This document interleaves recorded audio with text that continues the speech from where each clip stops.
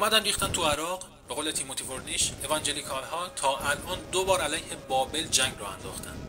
11 سپتامبر باب ورود به سرزمین بابل بود. اینه یکی از اسرار اعتقادی اوانجلیکال ها. صدام رو گرفتن، اون چیزی که حالا نشون میدن. اسامه بن لادن رو کشتن، اون چیزی که گفتن.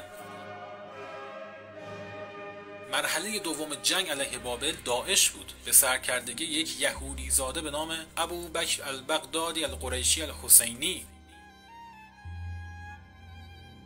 قریشی و حسینیش دیگه چیه؟ اومدن مهدی درست کردن طبق متون اهل سنت نشیه. احادیث بررسی شد، روایتی آوردن که 12 خلیفه بعد از پیامبر همه از قریشن. روایت غلط.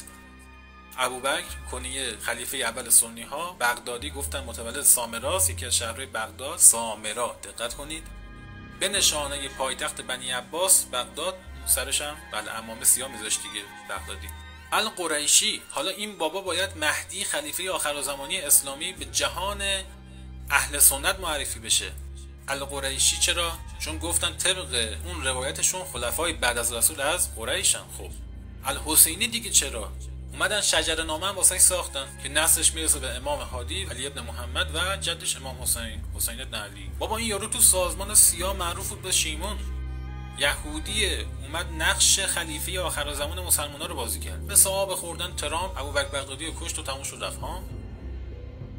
حالا این که اسنادی وجود داره که بن لادن و بغدادی رو زدن خودشون، این جای بحثا. اینا خروجی ها 11 سپتامبرن. استراتژیست های معروف امریکایی مو به مو متون اسلامی رو رصد کردن. تیموتی فورنیش پا میشه میاد ایران، مستقیم میره قم جمکران. چند سال پیش در کنگره مهدویت تهران شرکت میکنه. میدونید چقدر آدم اونجا دارن رو توی شیعه کار میکنن؟ از خودت اعتقاداتتو بهتر بلدن. ایران نباید دستش به سلاح اتمی برسه. چرا؟ چون میگن اللهم عجل ولیک الفرج، چون میخواد با سلاح اتمی زمینه ظهور مهدی رو فراهم کنه. حرفشون اینه. اینا رو صدا سیمای ما نمیگه که. 4 تا آدم نشستن تحلیل سیاسی میرن. بابا بحث ریشه‌ای عقیدتیه. قاسم سلیمانی رو ترور میکنن چون پامپئو میاد میگه در متون کتب مقدس اومده که هامان وزیر ایرانی قصد داشت یهودی‌ها رو نابود کنه و هامان ایرانی امروز سلیمانی بود، فرمانده قدس، بیت المقدس رو میخواست از یهود بگیره. اینا رو کجا میگن؟ نشریه‌های خودشونه، شبکه خبر ما نیست.